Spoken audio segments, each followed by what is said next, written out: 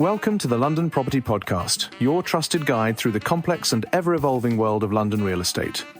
We help clients manage, protect, and grow their property wealth by connecting them with the right expertise from finance, law, and tax to construction, design, and strategic advice. Through conversations with industry leaders, we bring you clear, practical insight into the trends, challenges, and opportunities shaping the market. Let's dive in. Hello, welcome to London Property. I'm your host, Farnaz Fazaipour. And today we're doing our market update videos. It's the first quarter of 2026. And we're delighted to welcome back to the show Tom Tangney. Welcome back. Hello. Tom is at Rosen Partners, and he's going to talk to us about how he's seeing what's going on in the market at the moment. So over to you, Tom.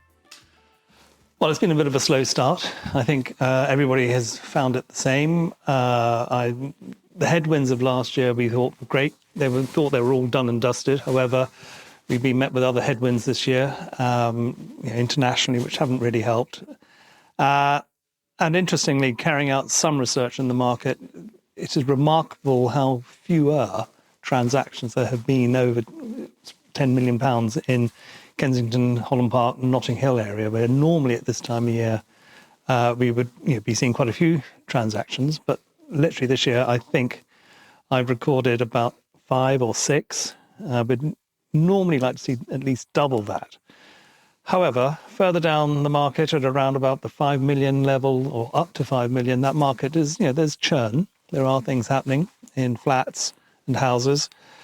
There have been quite a few flats selling at around between 2 and 3 million. But that's always going to be the case. And so long may that continue, and hopefully that will then begin to wash up throughout the rest of the price ranges. But it's not easy.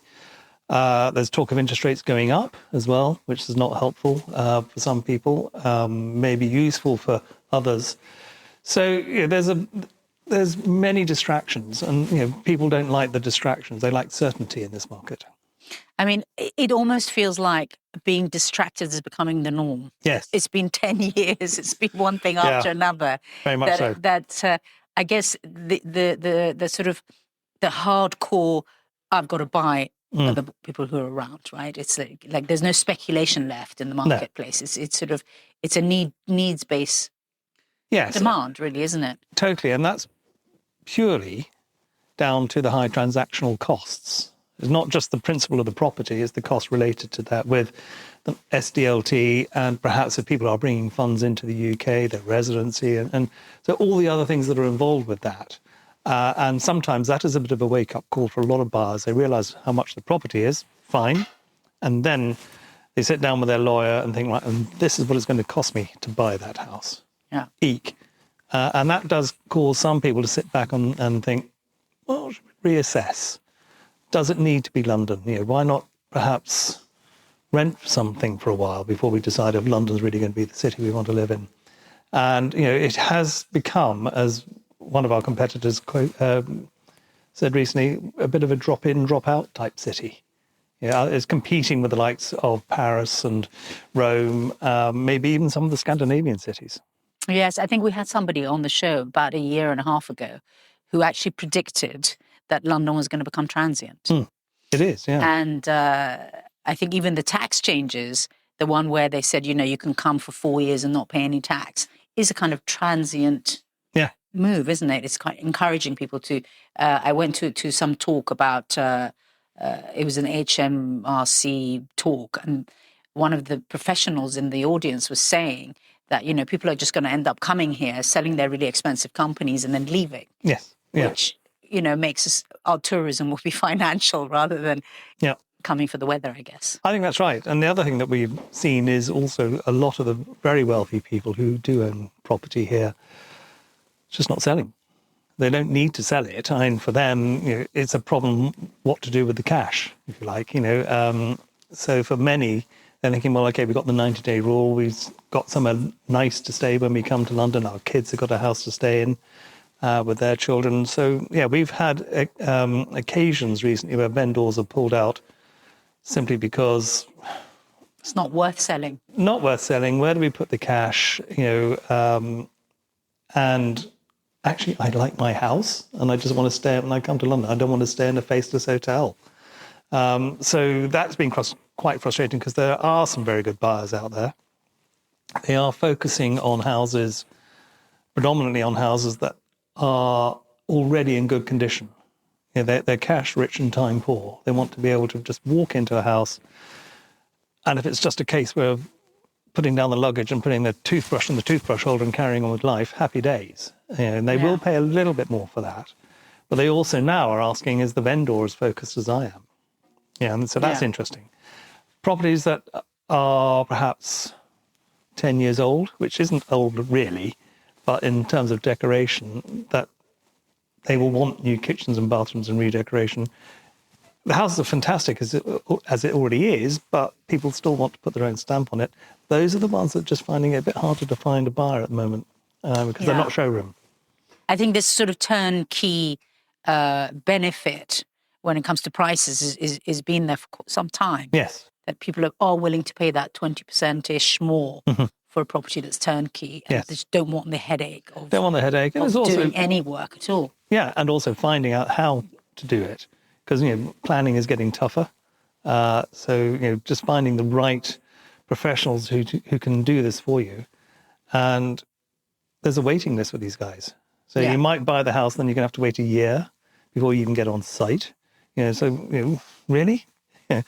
No, I want it now. And so word to the wise, if you've got a house that's in tip-top showroom condition, then you're going to do well out of it. But if you've got something that's, dare I say it, 10 years old or so, slightly tougher. And as for something that's completely unmodernized,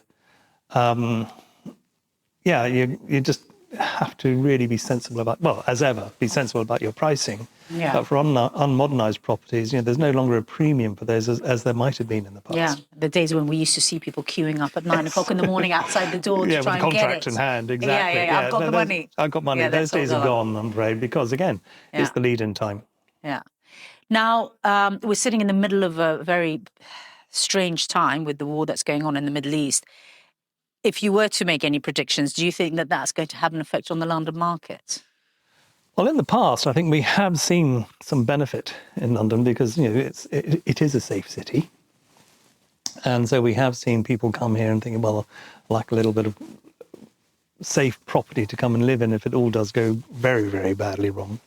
It hasn't quite happened this time round, interestingly enough. And I can't really explain it. A lot of people thinking, is this just going to be a temporary thing? I sincerely hope it is going to be a temporary thing. And you know, hopefully some sense is beginning to prevail. But I don't really see a huge plane loads of people coming here saying, I've got to buy a piece of London property just because it's safe. Again, perhaps because of the transactional costs, I might be looking at other cities. Transactional costs on the taxes that now they're going to be exposed to. Yeah. But I guess it will have an impact on people's medium and long-term decisions. Yes, I think that's right. I think people may still look at the safer cities around the globe, of which London is certainly one of those, and say, you know what, it may be expensive, but hey, it's safe. And despite the algorithms. Yes. Yeah, and thinking that the contrary. Well, exactly. If the kids can walk down the street and, you know, and feel comfortable and safe, then that's worth a lot of money to me. So I think we will see some more buyers coming here, but you know, they haven't quite been thick on the ground. It may be a little bit too early in the season because it usually happens sometime after Easter as it begins to get a bit warmer. And interestingly enough, talking with some of our clients at the moment, we're talking about sort of perhaps relaunching their houses. Actually, they've been off market, about doing that post-Easter to perhaps catch a better time of year, warmer weather, and perhaps more people here. So. Now, we're talking about high interest rates, right? Yes. And that the interest rates are going to go up. But you and I, you know, come from a time where paying 5.5% was really cheap. Yes. And it wasn't considered high interest rates. And I know that, you know, through our news bulletins that we do, you know, we go through all the news that comes every week. And you're seeing a trend towards longer term mortgages, which often helps people to afford to borrow more because the monthly payments become that much less stressful. So it could lead to more activity, as you're saying, people coming to the market at Easter, after Easter, traditionally in March and April when the spring is out. So, it's possible that the kind of elements around starting with financing your property will help people actually make bigger commitments and swallow some of those costs. I mean, Are you seeing any local, more local people I think making actually these decisions and less opportunistic buyers, obviously? I think what I have heard, and again, it's anecdotal, that some people are looking at that because even for inheritance tax purposes, it's actually not a bad idea. So people will be looking at longer-term financing or financial arrangements. Possibly, if they are cash-rich in another country, it just makes sense to borrow cash against that. In this country, again, because of bringing money on shore, is expensive. So people are considering it a lot more now. There are more conversations going on about it. People are being much more savvy about it. And also the lending institutions are quite up for it. And so there's a two-way conversation there. Like, the lending institution saying, yes, we can do this, if you as Mr. Customer want to do this. Yeah. So I think we are heading that way. We all know that, of course, this was being in place for a long time in the States, lifetime mortgages sort of thing. In this country, more recently, we've had later in life mortgages for people who sort of in their 60s and still want to live in a bigger house or release some capital to give to their kids, whatever. So there is a motion towards it. Yeah. Yeah, and I think it will continue. People just see mortgages in a different light these days. Yeah, and I think they're also making it easier. Yes. I mean, I heard also that they're trying to say, okay, well, if you've been renting for 20 years, then you've demonstrated that you can make those payments. Yeah. So they're not ignoring those kind of things, which will make a difference as well. Right. And I think, certainly with the younger generation who are coming on stream now looking at buying properties, they've been renting for 5 years or so, and they are finding that helpful. Again, the lending institutions, after all, that is their business. They need to lend money. Yeah. So they want to try and make it as easy as possible. There is they obviously increasing the multipliers. Bit of caution there, maybe. Yeah. Don't want to overextend, but they want to help, and that's the important thing. There's more help out there. You're listening to the London Property Podcast. We help clients manage, protect, and grow their property wealth. If you find this conversation useful, don't hesitate to get in touch. Now, back to the conversation. So we've indirectly touched on the reasons why you could find benefits in buying in this market at the moment. But what would you say would be the benefits of buying right now? I think if you have a focused vendor who's saying, look, it's going almost back to the old-fashioned reasons why people are buying and selling property. We're upsizing, we're downsizing, we're relocating, we're getting married, we're getting divorced. All those needs bases, all those old-fashioned reasons that we knew when we first started in this business. And so if you have a vendor client who is actually saying, look, we're just downsizing now, we're releasing capital, we don't need the big house anymore, we'd like to have a flat instead. And so, those vendors are being quite sensible in their approach. They're listening to advice because they have already had that conversation internally. They want to get on with it now. They want to get it done within the next 6 months if they can. They want to be in it. Here we are in the spring. They want to be in by autumn. They're quite happy to sort of let it run over the summer months or even be exchanged but not completed. So they're there to do business, and so they are listening to feet on the ground valuations, and that's good news at last. There's enough press out there for people to realise this is the price, but you can't add 10%, 15% as they used to do. Where are we selling? And also the information is far more readily available for the buyers, so it's harder to pull the wool over the eyes. Do you think we're done with corrections, or do you think there might be another little blip? My view is that if we're just going to be bumping along. There'll be single percentage rises or falls either side. But it'll boil down to almost the street in which you live in. London is a wonderful city, and it's full of little villages under one big metropolis of London. And even within those areas, like here in the Royal Borough of Kensington and Chelsea, you'll have two streets side by side, and they'll have completely different values. So again, it's just using good knowledge, and agents who've got that good knowledge, who've been around the block a few times. They've done sales in both those streets and can explain why they are different values. There we go. But no, I think that's important, actually, is just remember that London is a fragmented city. Yeah. As far as property values are concerned. We can come on to that a bit later. But I think that, just be sensible about your pricing as always. I'm going to come on to that right now. So what do you think is a next hotspot from the kind of prime areas that we all know and are known internationally? What would you say is a hotspot at the moment? Well, listening to the, dare I say it, the younger generation these days. Yes, and I think you're going to say what I'm thinking.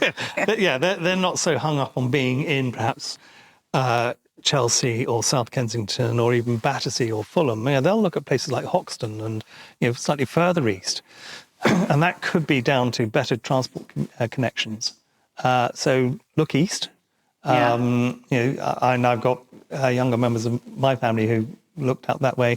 And actually, some of the properties are very pretty. You get some very pretty garden squares around there. A lot of Georgian property, or if modern's your thing, then there's plenty. But there is choice, especially in the new build.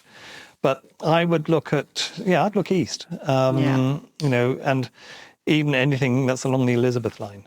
Actually, and I know there are people who are now living in Reading, for example, commuting into the centre of London every day because it's actually quite... And it takes, 35 minutes or something? Yeah, it doesn't take long. Yeah. And they're getting to Oxford Circus quite quickly. Yeah. And Tottenham Court Road. 15 minutes to Slough. Yeah, exactly. So there are places just on the outskirts of London that are proving attractive and also affordable because a lot of the kids, don't say kids, they're aware of stamp duty now. And so some of them are saying, I don't want to do a move in 2 years' time or 3 years' time. Let's just do that move that's going to see me through for the next 5, maybe even 10 years. And so they'll just look farther afield. And do you think that the youth are getting back on the ladder? Because, there was a time where, my generation, I mean, when I was younger, the first thing I did was buy a flat. But then my generation, when they got married and had kids, it was actually quite difficult to get on the ladder because you needed such a huge deposit, 50% of the value of the property you want to buy. And it's like, okay, well, a lot of people I know sort of took their families through rentals as opposed to actually buying a home. So do you think there is a reversal? There is. And it is said one of the largest lenders in the country is the Bank of Mum and Dad, or even grandparents. So people are using their own wealth to help their children, again, through equity release or themselves downsizing and freeing up some capital. It's quite tax efficient to do that. Kids are having to have a larger deposit. And I think the banks are quite happy if they can prove, obviously, where all the money's come from exactly and how it's been done. Then the banks are happier rather than looking at, in our day when it was a 90% mortgage, or even 95% mortgages, and then interest rates were at 10 to 15%. So I think there are, the kids are. I have children. They are looking at buying property now. They've sort of done with the rental. They see value. They see security, and they want to put their own roots down. Yeah, and they're also buying with friends and they're buying with partners. So they're making it. They're making it work. Yes, that's the important thing. If they can make it work. So yes, they may live together as boyfriend, girlfriend, whatever, partners for a year or two, whilst they're sort of, dare I say it, sniffing each other out, making sure that the relationship works, and then saying, right, okay, let's make that commitment. Let's go and buy a property together. This is it. This is real. And so they've been quite sensible in that respect. And I'm seeing it within my family. They're looking at getting into they've seen that we've done quite well out of property, whether or not it's ever going to, things go in cycles and it will come again, the children of today, and they look at us and think, crikey, how the hell did you manage to buy a flat for whatever you bought? The same way you started. Yes, exactly. It's just the numbers have moved up a bit. Put in the work, keep up with the payments. Exactly. Yeah. Yeah. Are you seeing any foreign interest from, a region that is new and unusual, or not really?